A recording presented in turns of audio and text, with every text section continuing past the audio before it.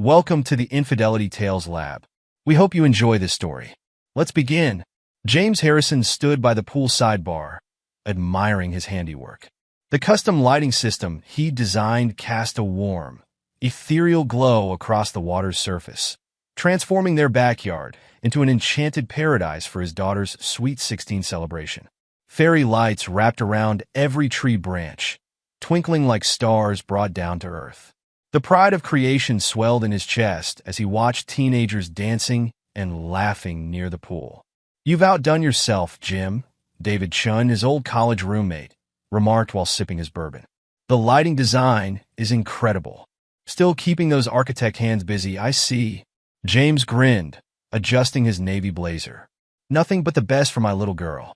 You should have seen me last week, up on ladders, programming each individual light sequence. Vivi thought I was crazy, but..." He trailed off, noticing his wife's peculiar behavior near the house. Vivian Harrison, stunning in her red cocktail dress, kept glancing toward the back door, her perfectly manicured fingers fidgeting with her necklace. James tracked her movements, noting how she would take a few steps toward the teenagers, pretending to check on them, only to drift back toward the house like a ship caught in a current. "Speaking of Vivi," David said, following James's gaze, "she seems a bit distracted tonight."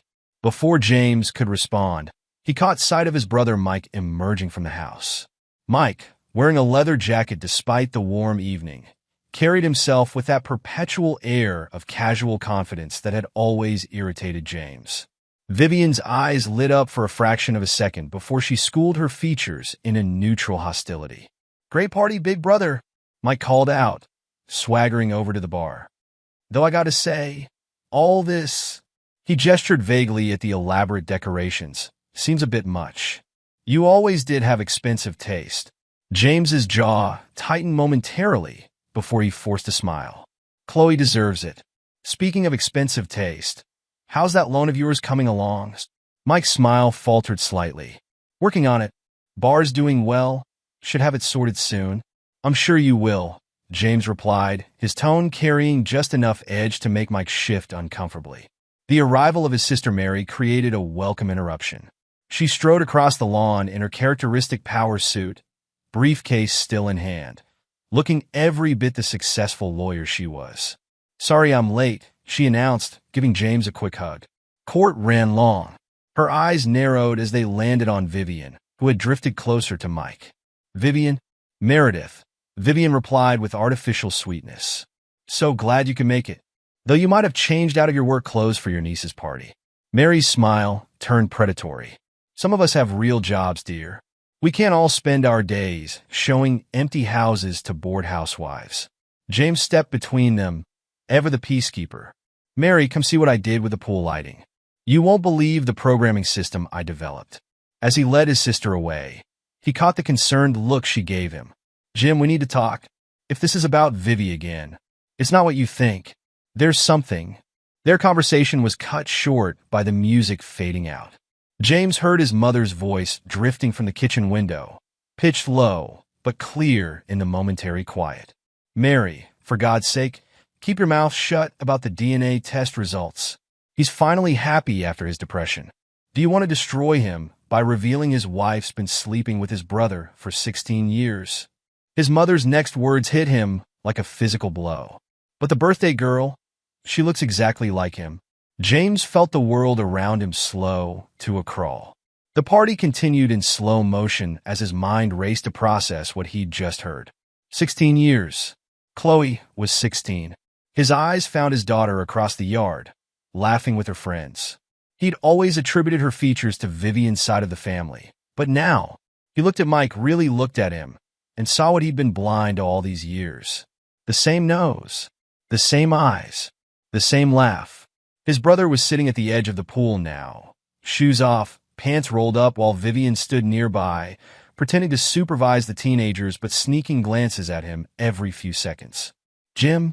Mary's voice seemed to come from far away. "Are you okay? You look pale." James realized he'd been gripping his glass so tightly his knuckles had turned white. With deliberate care, he relaxed his fingers and set the glass down on a nearby table. "I'm fine," he said, his voice perfectly steady. Just remembered something about work. He turned to his sister, his face a mask of calm. Would you mind keeping an eye on things? I need to make a quick phone call. Without waiting for her response, he walked into his home office, closed the door, and sat at his desk. His hands didn't shake as he opened his laptop. His breathing remained even as he pulled up his financial records. And his voice was completely normal when he called his bank to check on certain transactions he'd authorized for his brother over the years. The party continued outside, the sound of laughter and music muffled by the thick office walls. James sat in the growing darkness, documenting everything, his architect's mind already drafting blueprints for destruction. When he emerged an hour later, he was smiling. He joined in the cake cutting, saying happy birthday, and hugged his daughter. He even managed a convincing chuckle when Mike made a joke about James being an overprotective father. But inside, something had shifted. The James Harrison who walked into that office had died, and what emerged was something colder, harder, and infinitely more dangerous. As he watched his wife and brother performing their roles of loving spouse and doting uncle, he began formulating his revenge. The party wound down around midnight. Teenagers were collected by their parents. Decorations were left for the cleaning crew to handle in the morning, and the Harrison household slowly settled into silence. That was the best party ever, Dad, Chloe exclaimed, hugging him tightly. Everything was perfect. You're the greatest. James hugged her back, breathing in the scent of her shampoo, wondering how many other moments like this had been built on lies. Only the best for you, sweetheart. Happy birthday. After Chloe went to bed, Vivian approached him in the kitchen. You outdid yourself tonight, honey. Though I still think the lighting system was excessive. Nothing's excessive when it comes to family, James replied, studying her face. Don't you agree? Something in his tone made her pause. Of course, she said carefully. Is everything okay? You seem different. James smiled, and for a fraction of a second, Vivian glimpsed something in his eyes that made her step back.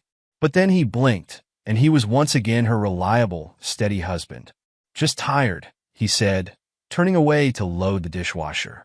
It's been a long day. That night, as Vivian slept beside him, James lay awake, his mind working with mechanical precision. The architect in him knew that before you could build something new, you had to tear down what was there before. And he was going to tear down everything. The morning after the party dawned like any other in the Harrison household. James moved through his morning routine with mechanical precision, brewing coffee and preparing breakfast as Chloe bounced into the kitchen, still riding the high of her party. Dad, have you seen the photos Sarah posted? The lighting looked amazing in all of them. She thrust her phone in his face, showing him Instagram pictures of laughing teenagers posed by the pool. James studied the images, noting how the custom lighting he designed cast everyone in their best light. Everyone looked happy, carefree, unaware of the lies that had built their world. Beautiful shots, sweetheart. What are your plans for today? Going to Emma's house to work on our fashion portfolio. We're thinking of submitting it to that summer program at Parsons. Chloe's eyes sparkled with enthusiasm. Do you think I have a chance? James watched her, seeing Mike's features in her excited expression, feeling a fresh wave of rage that he carefully suppressed. Of course you do. You're talented, dedicated, and creative. Any program would be lucky to have you. After Chloe left, James waited until he heard Vivian's car pull out of the driveway. She hadn't said where she was going, just mumbled something about meeting a client. He wondered if that client had his brother's eyes and cocky smile. With purpose, James climbed to the attic. The space was well organized. He designed custom storage solutions himself, making it easy to locate the box labeled old electronics. Inside, wrapped in bubble wrap, lay Vivian's iPhone from 3 years ago. He remembered the day she'd replaced it. She'd been insistent on getting the latest model, claiming she needed it for work. When he'd offered to help transfer her data, she'd nearly panicked, insisting she'd handle it herself. He'd thought nothing of it at the time. James took the phone to his home office, connecting it to his computer. It powered on immediately. He'd always kept it charged, telling himself it was just good electronics maintenance. The passcode hadn't changed. Vivian used the same one for everything. Chloe's birthday. The messages started from 16 years ago, just before Chloe was born. James read them chronologically, his expression unchanging as years of betrayal unfolded before him. Mike, can't wait to see you tonight. Jim's working late again. Vivian. Yes, he's so predictable. Always at the office until 9. Mike, sometimes I feel bad watching him raise our daughter. Vivian, don't. He's happy playing daddy. Besides, he can afford to give her everything we couldn't. James created a secure folder on an encrypted hard drive, copying every message, every photo, every piece of evidence. He noted dates, times, patterns. The architect in him appreciated the structural integrity of their deception. They'd built it carefully over years, brick by brick. A new message thread caught his eye, from just before Vivian replaced the phone. Mike, Jim just approved another loan. Sucker doesn't even question it. Vivian, be careful. If he ever checks his credit score, Mike, he won't. Too trusting. That's why we love him, right? Winking face. Vivian, sometimes I think he suspects. He's been asking questions. Mike, he's not that smart, sis. Trust me. James logged into his banking portal, pulling up years of transactions. The pattern emerged quickly. Regular transfers to Mike's account, carefully disguised as business investments or loans. The total made him raise an eyebrow, over $200,000 in the past 5 years alone. He opened a new browser window, creating an email account under a false name. With careful consideration, he composed a message to Vivian's work email. Saw you at the party last night. You looked stunning in red. I've been admiring you from afar for too long. Would love to meet somewhere private. James selected a cheap motel on the outskirts of town as the meeting place, one he knew Mike frequented based on the bank statements showing regular charges there. He added the details to the email, then sent it. While waiting for a response, James called his father.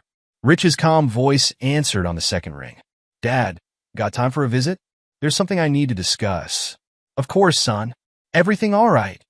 Just some tools I'd like to borrow. Working on a special project. There was a pause on the line. When Rich spoke again, his voice carried a note of concern. James, you sound different. What's really going on? I'll explain everything when I see you. Some things shouldn't be discussed over the phone. After hanging up, James checked his email. Vivian had responded within minutes. Who is this? How did you get my email? James smiled, typing his response. Just an admirer who's tired of watching from a distance. You deserve better than what you have. Let me prove it to you. He sent the message, then leaned back in his chair. The foundation was laid. Now it was time to start building. Rich Sterling's house hadn't changed in decades. The same well-maintained garden, the same perfectly organized garage, the same sense of quiet stability that James had always associated with his father. As he pulled into the driveway, James noted how his father was already waiting in the doorway, watching him with those observant eyes that had always seen too much. You look like hell, son, Rich said by way of greeting, leading James into his workshop. The space smelled of wood shavings and machine oil, comfortingly familiar. Thanks, Dad. Always knew I could count on your honesty. James ran his hand along the workbench, noting the pristine condition of the tools. Still keeping everything in perfect order, I see. Rich settled onto his workshop stool, studying his son. Cut the small talk, James. What's really going on? James met his father's gaze. What do you know about Mike's financial situation? The question hung in the air for a moment. Rich's expression didn't change, but his fingers tightened slightly on his coffee mug. Why do you ask? Because I've spent the morning discovering that my brother has been stealing from me for years. James's voice remained steady. But that's not the worst part, is it, Dad? Rich set down his mug carefully. What are you implying? Chloe isn't mine. The words came out flat, emotionless. She's Mike's. Has been all along. 16 years of lies right under my nose. And you knew, didn't you? The color drained from Rich's face. James, son, you need to think carefully about what you're planning. Planning? James smiled, but it didn't reach his eyes. I'm not planning anything, Dad. I'm just here to borrow some tools. Like I said, these tools? Rich gestured to his workbench. Or the ones you're already sharpening in your mind? James stood, walking to the wall of tools. His fingers traced over various implements, wrenches, hammers, precision instruments. You know what I learned as an architect, Dad? Every structure has weak points. find them, and you can bring down anything. And what about Chloe? Rich's voice was quiet. Have you thought about how this will affect her? James's hand stilled on a particularly well-maintained set of precision tools. Everything I do is for her. She deserves to know the truth about who she is, about what kind of people raised her. James, I'd like to borrow these, James interrupted, selecting several tools. I'm working on a special project at home. Needs a delicate touch. Rich watched as his son carefully packed the tools into his bag. You're not the only one who can destroy things, son. Be careful you don't bring down everything around you. Too late for that, James replied, zipping up the bag. They already did the destroying. I'm just making sure everyone pays their fair share for the demolition. Leaving his father's house, James drove straight to Mary's law office. His sister's secretary tried to stop him, but one look at his expression made her step aside. Mary was on the phone when he entered, but she took one look at him and ended the call. Finally figured it out, did you? James set his phone on her desk, playing the recordings he'd made of their mother's conversation from the party. Mary listened without surprise, her expression hardening with each word. I need everything you can get me on Mike's finances, James said when the recording ended. Every loan, every credit card, every shady deal he's ever made. And I need to know my options regarding Vivian. Mary was already pulling up files on her computer. I've been building a case file for years, just waiting for you to wake up. She turned the screen toward him, showing spreadsheets of financial data. Mike's been doing more than just borrowing money from you. He's involved in some seriously questionable dealings. And Vivian? She's been helping him launder money through her real estate deals. James absorbed the information, his expression unchanging. Show me everything. For the next hour, Mary laid out years of evidence. Falsified loan documents, suspicious property transactions, tax irregularities. She pulled up surveillance photos showing Mike meeting with known criminals, bank statements revealing patterns of suspicious deposits, and real estate records showing Vivian's involvement in questionable property deals. Look at this, Mary pointed to a particular transaction. 3 months ago, Vivian sold a property well below market value to one of Mike's associates. 2 weeks later, that same associate transferred a large sum to an offshore account linked to Mike. How long have you been gathering this? James asked, studying the documents. Since I first suspected something was off about their relationship. Mary's voice hardened. I'm a lawyer, Jim. I notice patterns.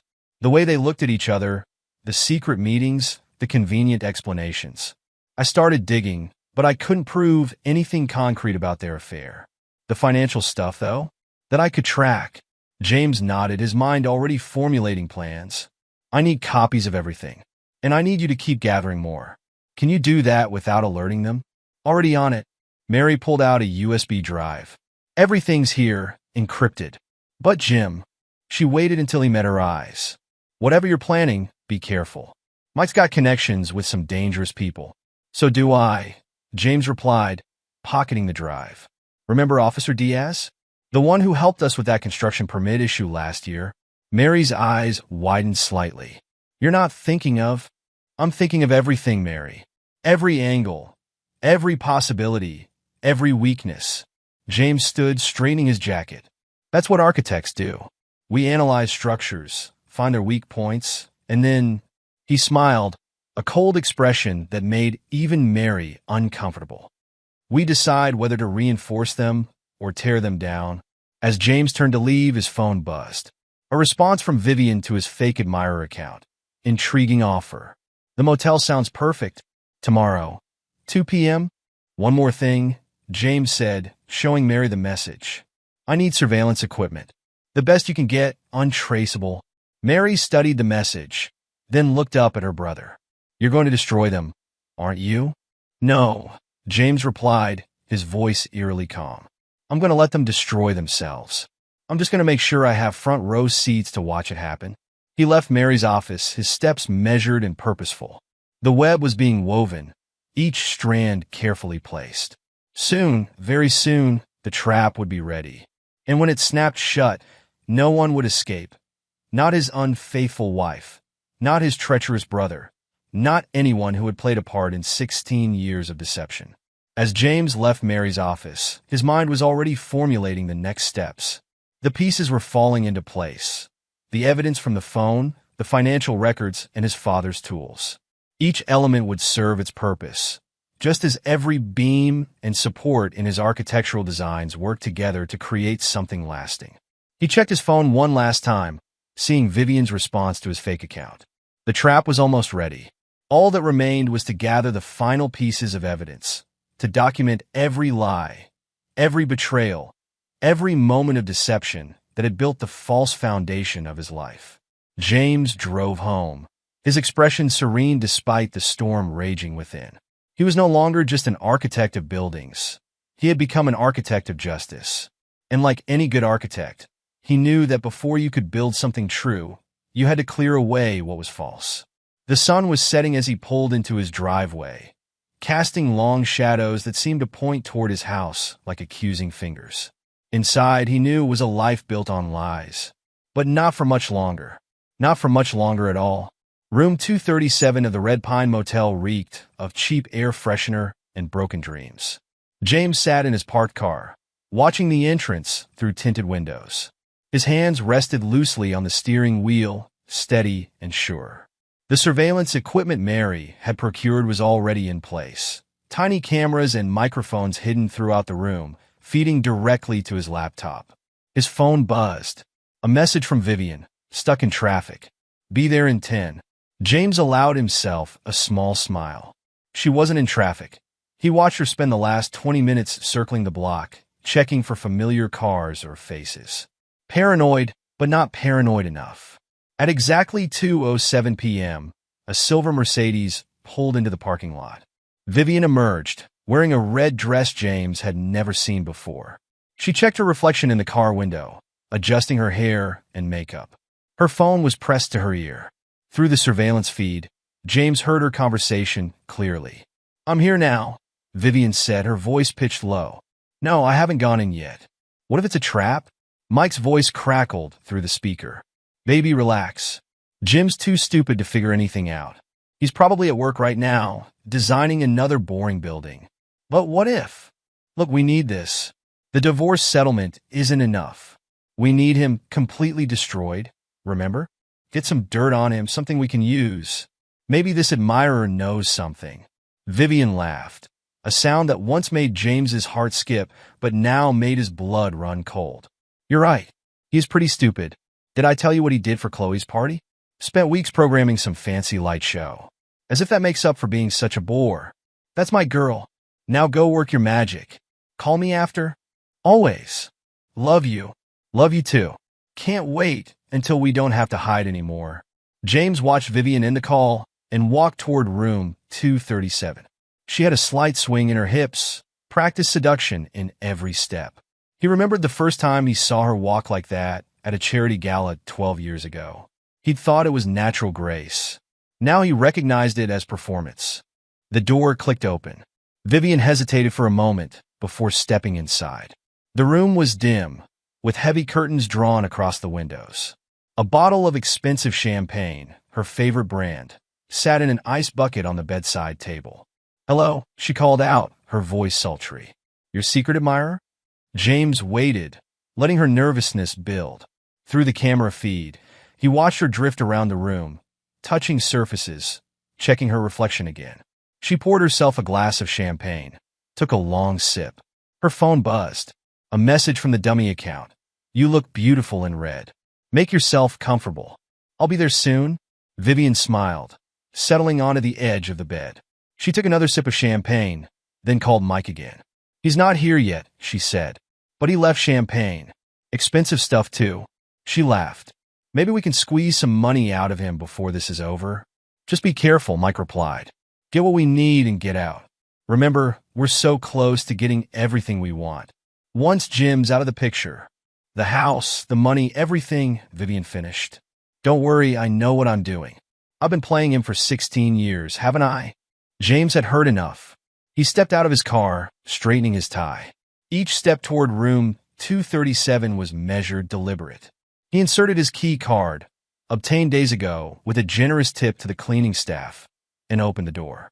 Vivian jumped up, champagne sloshing over the rim of her glass. "Who?" Her eyes widened as recognition hit. "James? What are you?" How did you? Please, James said quietly, closing the door behind him. Don't stop on my account. You were just explaining how well you've been playing me for 16 years. The color drained from Vivian's face. She reached for her phone, but James was faster. He picked it up, ending the call to Mike. Looking for this? He held up the phone. Or maybe you'd prefer to see what's on this? He pulled out a USB drive. 16 years of text messages. Financial records. Phone logs. Did you really think I wouldn't keep backups of everything? James, I can explain. Can you? His voice remained soft, almost gentle. Can you explain why you and my brother decided to make me raise his child? Can you explain the loans, the theft, the lies? It's not what you think. James plugged the USB drive into his laptop, turning it to face her. Messages filled the screen, hundreds of them, spanning years. Vivian sank back onto the bed as she read, her hands trembling. How did you get these? Your old phone. The one you were so desperate to replace. The one you thought you'd wipe clean. James scrolled through the messages. You really should have been more careful with your passwords. Chloe's birthday? A bit obvious, don't you think?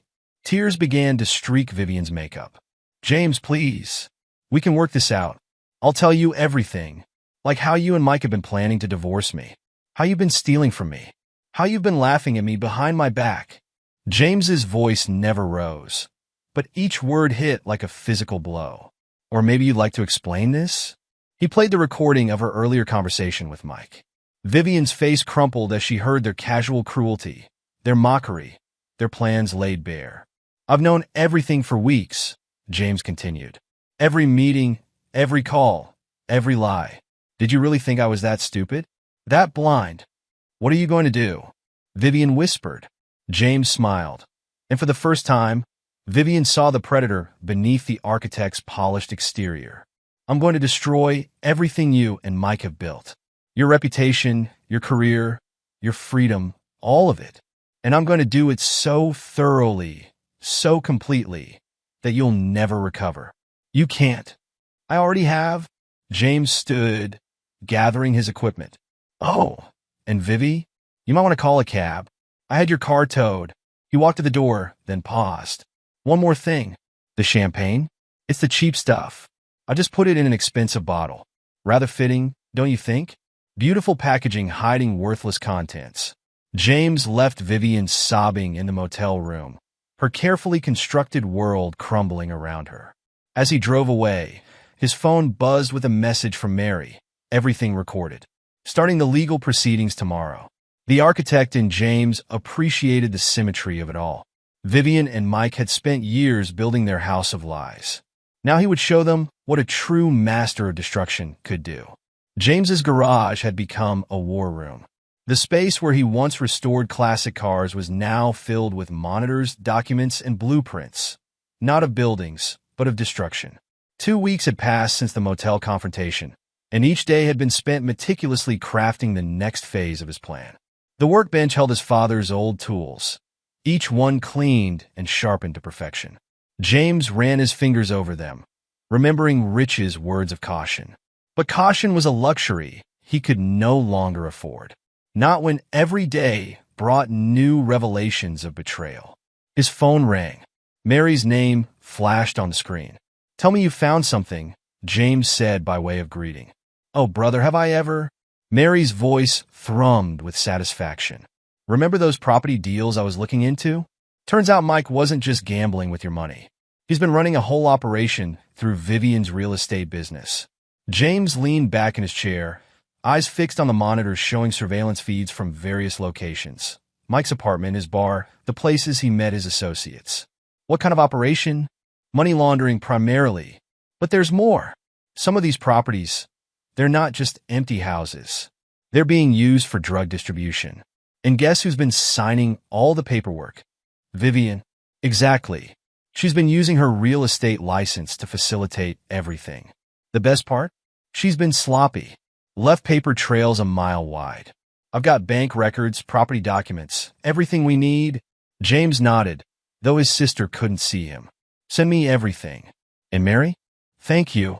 Don't thank me yet. There's something else you should know. Mike's got a new friend, guy named Frank Marino.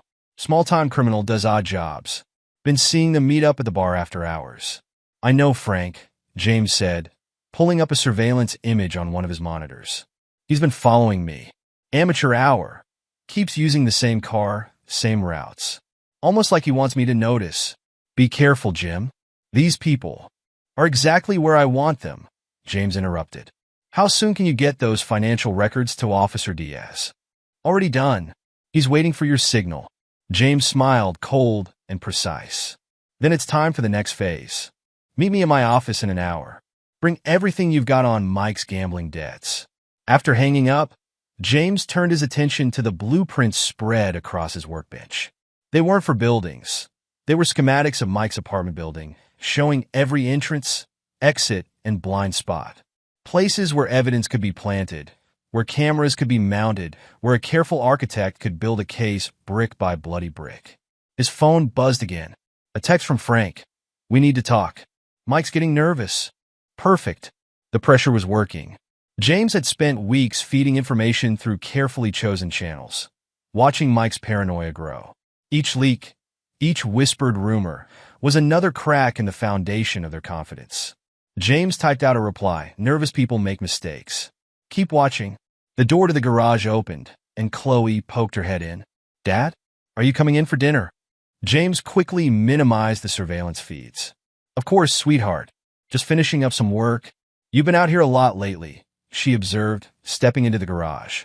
Her eyes, Mike's eyes, though she didn't know it, scanned the workspace curiously. What are you working on?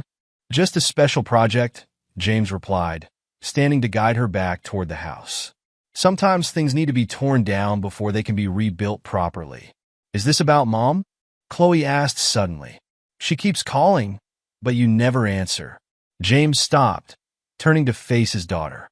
The rage that constantly simmered beneath his surface threatened to boil over, but he kept his voice steady. Your mother and I are going through some changes. But I promise you, everything I'm doing is to protect you. From what? From lies, James said simply. Now, how about that dinner? Later that night, after Chloe had gone to bed, James returned to the garage. The monitors showed Mike at his bar, drinking heavily, arguing with Frank. The audio feed crackled with their raised voices.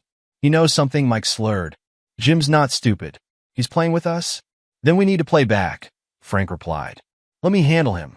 I've got experience with guys like him. James watched Mike consider this. Watched the desperation and fear play across his brother's face. Everything was proceeding exactly as planned. Soon, very soon, he would spring the trap that would bring their whole world crashing down. His phone buzzed. A message from Officer Diaz. Got the warrant. Ready when you are? James picked up one of his father's old tools. A precision hammer, perfectly balanced for detailed work. In his hands, it felt like justice waiting to fall. Mike Sterling's apartment was a monument to wasted potential. Empty bottles littered every surface. Papers were strewn across the floor, and the air reeked of stale cigarettes and desperation. Frank Marino stood by the window, watching his friend pace like a caged animal. You need to calm down, Frank said, lighting another cigarette. You're making yourself crazy. Mike whirled on him, eyes wild. Crazy? My brother's systematically destroying everything, and you're telling me to calm down? He grabbed a half-empty whiskey bottle, taking a long pull. He's got something planned. I can feel it. So what if he does? Frank blew smoke toward the ceiling. What's he going to do?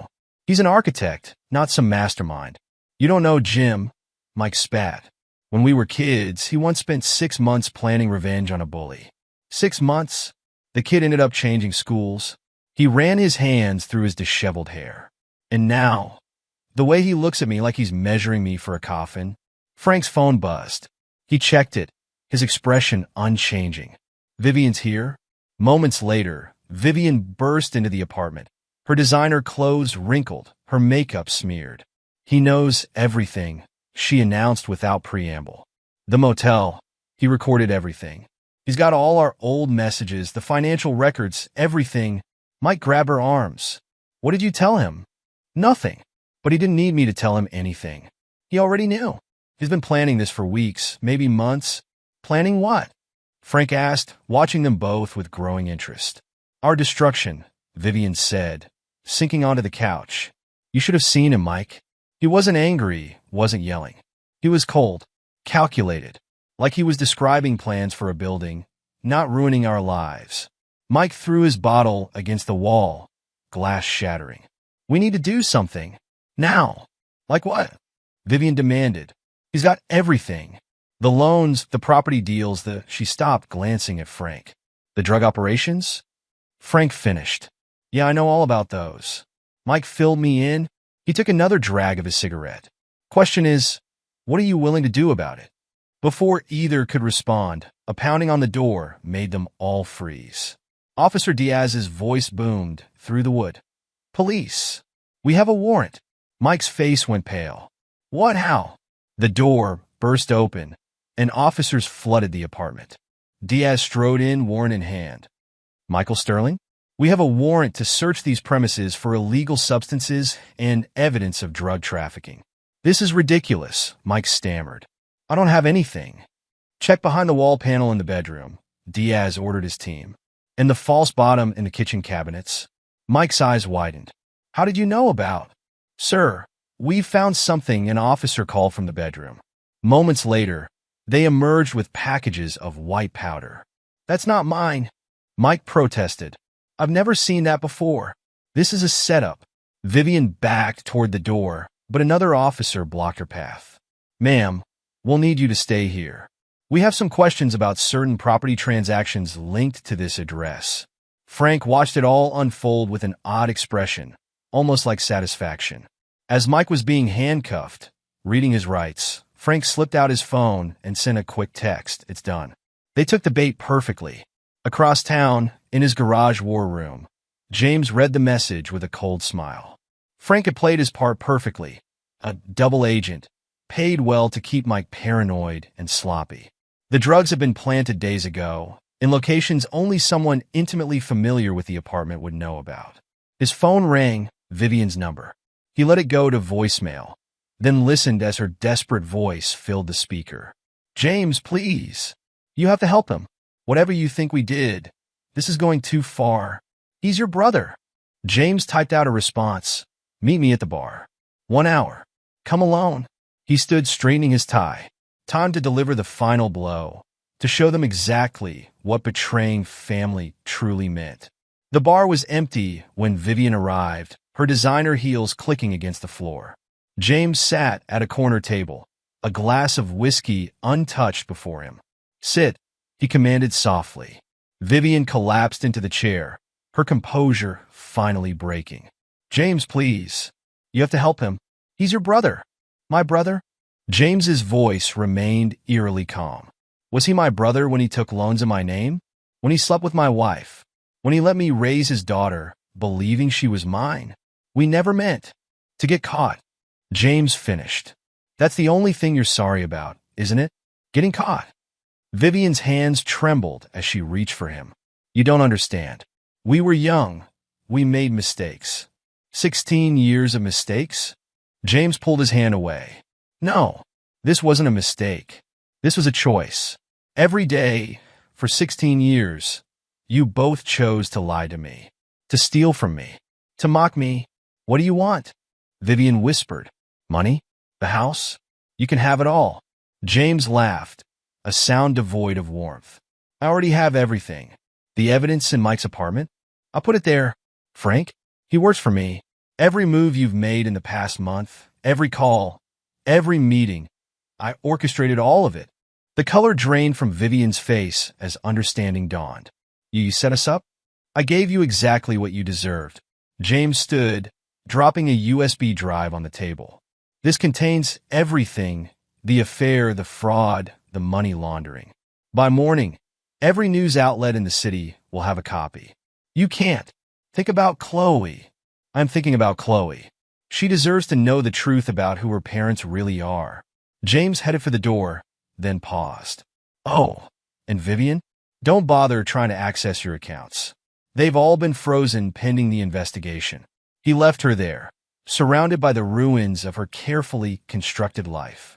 In his car, James checked his phone. A message from Frank confirmed Mike's arrest was being processed. Another from Mary detailed the mounting evidence against both Mike and Vivian. Each piece was falling into place, just as he designed. The architect in him appreciated how each element supported the others. The surveillance, the planted evidence, the carefully orchestrated revelations. Like a building structure, remove one support and the whole thing would still stand. He'd built his revenge to last. As James drove home, he thought about the next phase of his plan. Mike and Vivian had spent 16 years constructing their web of lies. Now they would watch as he dismantled it, piece by precise piece, until nothing remained but the cold truth they'd tried so hard to hide. In his garage war room, James reviewed the surveillance feeds one last time. On the screens, he could see Mike being processed at the police station, Vivian still sitting shell-shocked in the bar. Their world was already beginning to crumble, but this was just the beginning. The foundation had been shaken. Now it was time to bring down the walls. The courthouse buzzed with tension as James sat perfectly still in the front row, watching Mary arrange documents on the prosecution table. His sister had spent weeks preparing for this moment, building an airtight case that would destroy both Vivian and Mike in one devastating blow. Vivian entered with her lawyer, her designer outfit unable to hide her haunted expression. She attempted to catch James's eye, but he stared straight ahead, his face an impassive mask. Behind him, several rows of spectators whispered, friends, family, and curious onlookers drawn by rumors of the scandalous case. All rise. The bailiff called as Judge Patricia Martinez entered the courtroom. As everyone settled back into their seats, Mary rose, her heels clicking against the floor. Your Honor, before we begin, I'd like to submit additional evidence regarding the financial misconduct perpetrated by the defendant and her co-conspirator, Michael Sterling. Vivian's lawyer jumped up. Objection, Your Honor. This is a divorce proceeding, not a criminal trial. The financial evidence is directly relevant to the division of assets, Mary countered smoothly. And it demonstrates a pattern of behavior that the court should consider when determining custody arrangements. Judge Martinez nodded. Proceed, Ms. Hayes. Mary activated a presentation screen, displaying bank statements and transfer records. Over the past 5 years, Mrs. Harrison and Mr. Sterling have systematically defrauded my client of over $200,000 through unauthorized loans and fraudulent business investments. The evidence mounted as Mary presented document after document. Vivian seemed to shrink in her chair as each new betrayal was exposed. The courtroom erupted in whispers as photographs appeared on screen. Mike and Vivian together at various locations, time-stamped over years. The bailiff had to call for order multiple times. Furthermore, Mary continued, her voice cutting through the chaos. We have evidence of Mrs. Harrison's long-term affair with Mr. Sterling, including recordings that demonstrate their intent to defraud my client. The motel room recording played through the courtroom speakers. Vivian's voice, cold and calculating, filled the space. Once we get the divorce settlement, we'll have everything. The house, the money, everything we've worked for. Mike's response drew gasps from the spectators. He's been such an idiot, raising my kid all these years. Almost feel bad for him. Almost. James remained motionless as the recording played, but his eyes never left Vivian's face, watching as she crumbled under the weight of her exposed lies. Your Honor, Mary pressed on, I'd like to call Officer Ray Diaz to testify about the criminal investigation currently underway. Officer Diaz took the stand, his testimony professional and damning.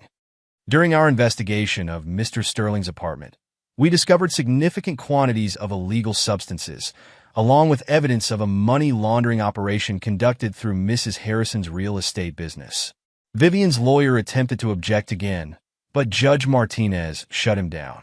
The court needs to understand the full scope of this situation to make an informed decision. When Vivian finally took the stand, her composed facade had cracked entirely. James, she pleaded, looking directly at him, you don't understand. We never meant to hurt you. Please address the court, Mrs. Harrison, Judge Martinez warned. I was unhappy, Vivian continued, her voice shaking. James was always working, always focused on his precious buildings. Mike was there for me. He understood me. And the financial fraud? Mary asked. Did my brother's absence justify stealing hundreds of thousands of dollars from him? That wasn't... I didn't... Vivian's eyes darted around the courtroom. Mike needed the money. He said it was just temporary. Just like your marriage was temporary? Mary's voice cut like a blade. Just like your loyalty was temporary? Objection, Vivian's lawyer called out. Withdrawn, Mary said smoothly. Mrs. Harrison, can you explain these property transactions? She displayed a new set of documents. Properties sold well below market value to known criminal associates, then resold at massive profits weeks later. Vivian's face went pale. I don't remember those specific transactions. Really? Because we have recordings of you discussing these deals with Mr. Sterling. Would you like to hear them? Before Vivian could respond, her lawyer requested a brief recess. Judge Martinez granted it, but the damage was done. The spectators' whispers had grown to a steady murmur of condemnation. During the recess, Mary approached James. We've got them, she said quietly. The judge's face says it all. James nodded once, his expression unchanged. Finish it. When court resumed, Vivian's lawyer attempted damage control, painting her as a victim of Mike's manipulation. But Mary systematically destroyed each argument with documented evidence of Vivian's willing participation in the fraud. Finally, Judge Martinez delivered her ruling. Based on the overwhelming evidence presented, this court grants Mr. Harrison's petition for divorce on grounds of adultery and financial misconduct. Furthermore, given the criminal investigations currently underway, full custody of the minor child is awarded to Mr. Harrison. She continued, detailing how the marital assets would be divided, or rather, how Vivian would be left with nothing except her personal belongings and mounting legal bills. Additionally, the judge added, this court will be forwarding all evidence of financial misconduct to the district attorney's office for potential criminal prosecution. James stood as the judge left the courtroom, straightening his tie with steady hands. Behind him, Vivian had collapsed into sobs, but he didn't turn around. He had architected this moment perfectly. Each piece of evidence, another brick in the wall of justice he built to entomb her lies. As he walked out of the courtroom, Mary at his side, his phone buzzed with a message from Officer Diaz. Mike's plea deal fell through. He's facing maximum sentences on all charges. The first phase of his revenge was complete. Now it was time for the final act. After calling her 10th former friend and getting voicemail again, Vivian slumped into a bar stool at O'Malley's pub. Her parents had blocked her number weeks ago. Her sister had told her never to contact the family again. Even her real estate colleagues avoided her calls, afraid of being associated with her scandal. The bar where she now sat alone was a far cry from her usual haunts. Gone were the trendy cocktail lounges and upscale wine bars she'd frequented during her affair with Mike. This was a dingy neighborhood dive, perfect for someone trying to disappear. She stared at her phone, scrolling through dozens of unanswered messages to former friends. Each read receipt without a response was another reminder of how thoroughly James had destroyed her social standing. This seat taken? Vivian looked up, hope flickering briefly in her eyes before dying. Just another stranger.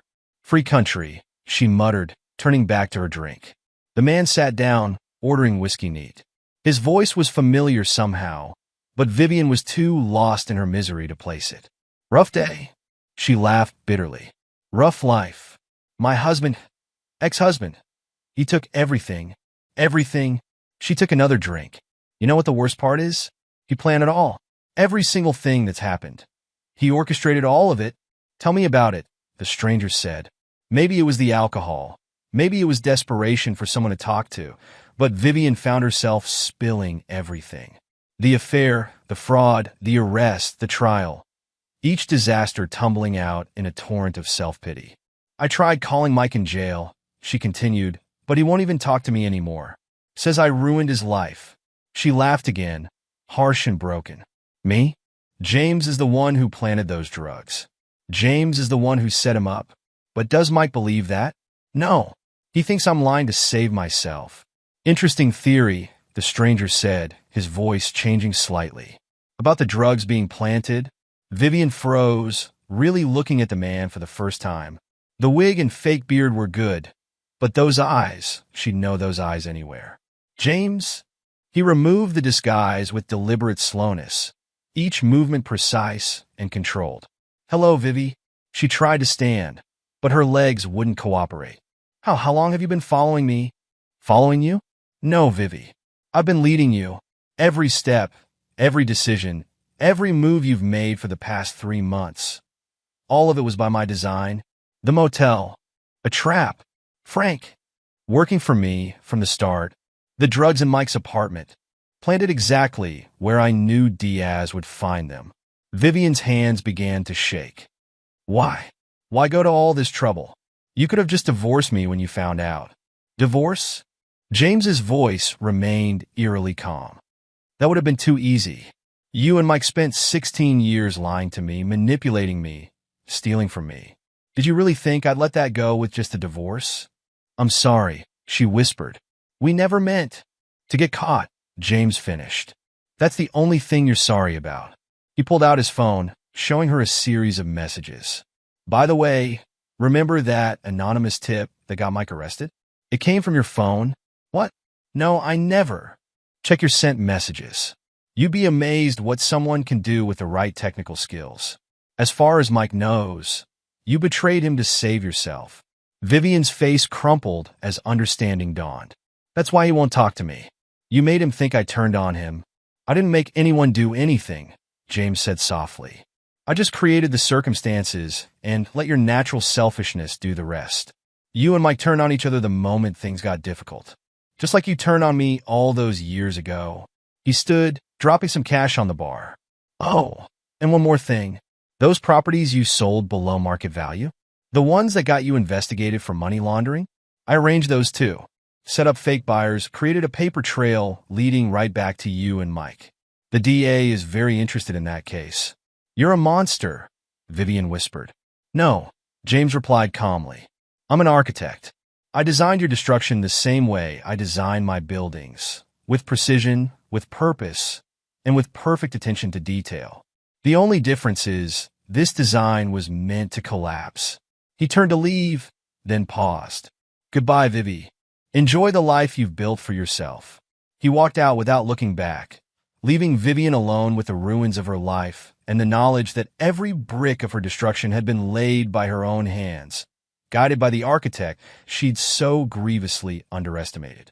6 months after the trial, James surveyed his transformed home. The renovation had been therapeutic, tearing out every trace of Vivian's presence, redesigning spaces to reflect truth rather than lies. He'd stripped the house down to its bones and rebuilt it entirely, just as he'd done with his life. The master bedroom had become his private study, filled with architectural drawings and plans. Vivian's walk-in closet was now Chloe's sewing room. Every change was deliberate, each renovation a step toward healing. In the garden, admiring the structures he designed and built with his own hands. The old pool where he discovered the truth had been filled in, replaced by a series of interconnected koi ponds and meditation spaces. Each element was carefully planned, each detail executed with precision. "Dad!" Chloe called from the house. "Come look at this." He found her in her studio, formerly Vivian's home office, surrounded by fashion sketches. Local magazine covers featuring her designs were pinned to the walls, each one a testament to her growing talent. "What do you think?" she asked, holding up her latest design. "The magazine wants to do a full spread on young designers, and they want this as the centerpiece." James studied the sketch, noting how she'd incorporated architectural elements into the clothing design. "It's beautiful, sweetheart. You're going to do amazing things. I learned from the best," she said, hugging him. "You taught me that design isn't just about making things look good. It's about building something that lasts." The doorbell rang, and moments later, Rich and Mary joined them in the studio. They'd become regular fixtures in the house since everything had happened, healing old wounds and building stronger bonds. "Still hard at work, I see," Rich said, examining Chloe's sketches. "You've got your father's eye for detail." Mary picked up a magazine featuring Chloe's work, and his determination, though hopefully not his tendency for elaborate revenge schemes. "Aunt Mary!" Chloe protested, but she was laughing. James watched his family interact, feeling a sense of peace he hadn't known in years. The wounds of betrayal would always be there, but he built something stronger from the ruins, just as he'd always done with his buildings. A letter caught his eye on Chloe's desk, an invitation from a local charity asking for help designing and building homes for families in need. The old James might have ignored it, too focused on his own projects. But he learned something through all of this. The best designs weren't just about destruction, but about creating something meaningful from the debris. "What do you think about taking on a new project?" he asked Chloe, picking up the letter. "Something a little different from fashion?" She read the invitation, her face lighting up. "You mean like designing houses? Together? Why not? We could make it a family project." He looked at Rich and Mary. "What do you say? Ready to help build something good?" Rich smiled, that quiet, knowing smile that had guided James through his darkest moments. "Son, I think that's the best design you've come up with yet." As they gathered around Chloe's desk, beginning to sketch ideas for the charity project, James felt the last pieces of his old life falling away. He had destroyed those who betrayed him, yes, but more importantly, he had built something stronger in its place. Something real, something true. The architect in him appreciated the symmetry of it all. Every ending was just another beginning, every destruction an opportunity for creation. He had designed the perfect revenge, but in the end, he built something far more valuable, a future untainted by lies, surrounded by people who truly loved him. It was, he decided, his finest work yet. Epilogue. 10 years later. The Harrison Architectural Foundation's annual charity gala buzzed with energy as James Harrison took the stage. At 52, he carried himself with the same precise control that had defined his revenge a decade ago, though his dark hair now showed distinguished streaks of silver at the temples. 10 years ago, he began addressing the crowded ballroom. This foundation started with a simple idea. Everyone deserves a solid foundation to build their lives upon. Since then, we've constructed over 500 homes for families in need, each one designed to last generations. In the front row, 26-year-old Chloe Harrison beamed with pride. She'd inherited her father's eye for design, though she'd applied it differently. Her fashion line, Structural Beauty, had become known for incorporating architectural elements into clothing. Tonight, she wore one of her own creations, a black evening gown featuring geometric patterns inspired by her father's buildings. As James continued his speech, his sister Mary, now a prominent judge, exchanged knowing looks with their father Rich. The Harrison Architectural Foundation had been James's response to his own destruction of Vivian and Mike's lives, a way to balance the scales between justice and mercy. "My daughter recently asked me," James continued, "why I chose to focus on family homes after everything that happened. The answer is simple. When your foundation is destroyed, you have two choices. You can let the ruins bury you, or you can build something stronger in their place." The audience applauded, unaware of the deeper meaning behind his words. Only his family knew the full story of what had happened 10 years ago, though rumors still circulated in certain circles. After the speech, James mingled with donors and beneficiaries. A young reporter approached him, notepad in hand. "Mr. Harrison, there are rumors that Michael Sterling is being released from prison next month. Any comment?" James's expression remained neutral. No comment on personal matters.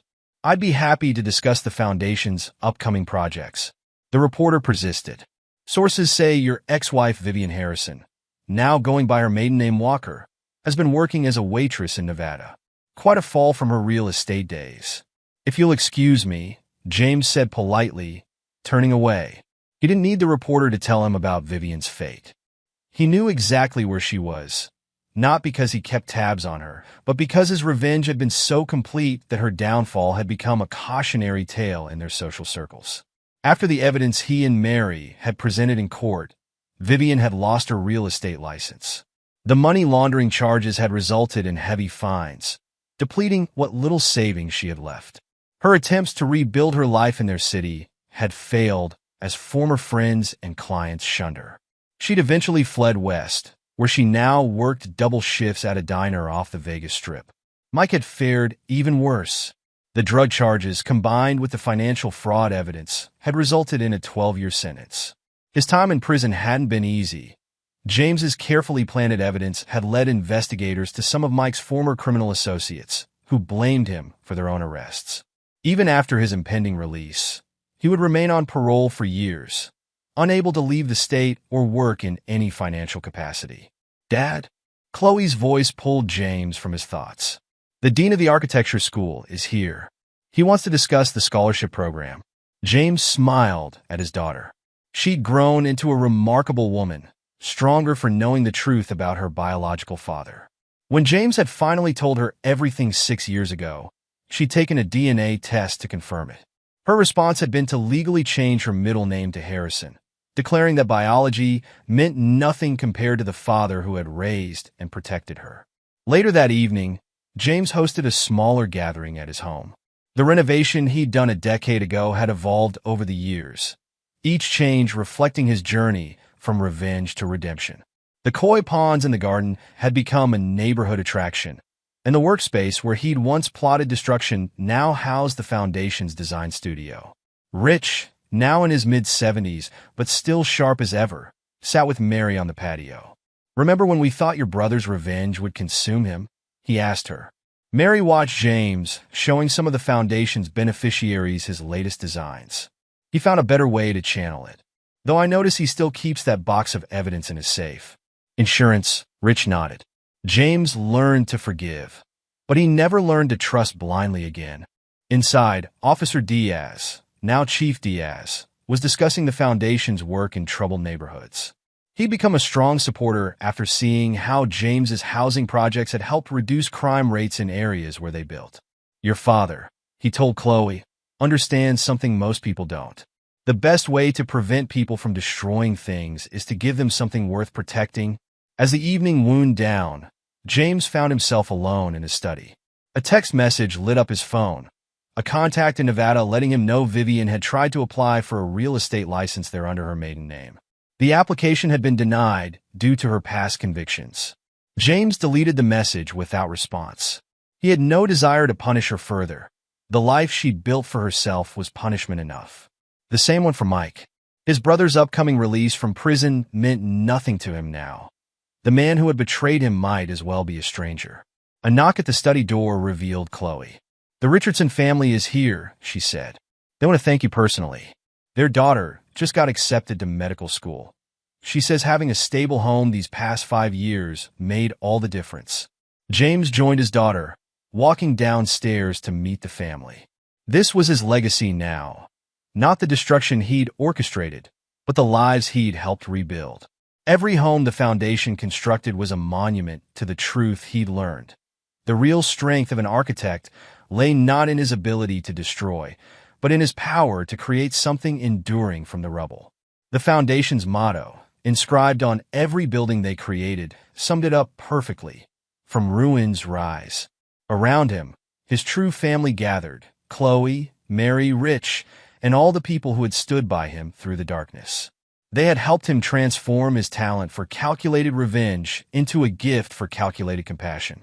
The precision that had once served his destruction now served creation. 10 years ago, James Harrison had been an architect of vengeance, designing the perfect collapse of those who betrayed him. Now, he was an architect of hope, designing futures for families who needed them. Both roles required the same skills: attention to detail, careful planning, and an understanding of how to build something that would last. His phone buzzed again. Another message about Mike's upcoming release, this time from Mary. "Should we be concerned?" James typed a simple response: "No. That foundation crumbled long ago. We build on solid ground now." He slipped the phone away and joined his family, leaving thoughts of Vivian and Mike in the past where they belonged. They had chosen their path, building their lives on lies and betrayal. He had chosen to build something different, something true, something lasting, something worthy of the legacy he would one day leave behind. The architect had finally created his masterpiece, and it wasn't the destruction of his enemies, but the construction of a life they could never touch. That was the ultimate revenge, not just surviving their betrayal, but thriving despite it. As he watched Chloe showing the Richardson family her latest designs for the foundation's homes, James felt the last pieces of his old anger falling away. He had built something stronger than revenge, more lasting than hatred. He had built a future. And unlike the foundation Vivian and Mike had tried to build on lies, this one would stand forever. And there you have it. Another story comes to an end. What did you think? I'd love to hear your thoughts in the comments below. If you enjoy this story, consider joining our community by subscribing. It means the world to us. For more stories like this one, check out the recommended videos on screen. And I'll see you there.